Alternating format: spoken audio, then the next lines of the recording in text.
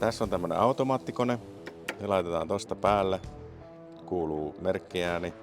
Ja täällä on sitten tämmönen samanlainen asteikko, millä saadaan valittua se oikea urasyvyys, mutta se liikutetaan sitten täältä. Sanotaan, että se äsken oli tolla koneella 25, niin näin nytten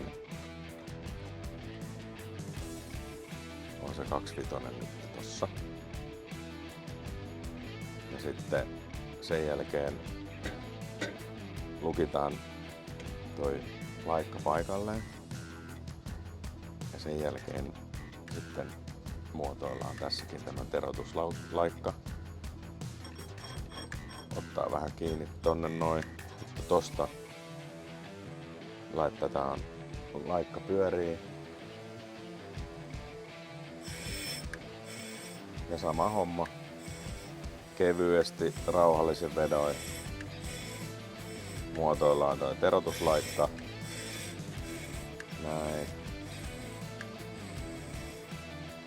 Viimeinen niin hiljaa kuin vaan pystyy. Sitten kone kiinni ja nostetaan tuo timantti tuolta ylös.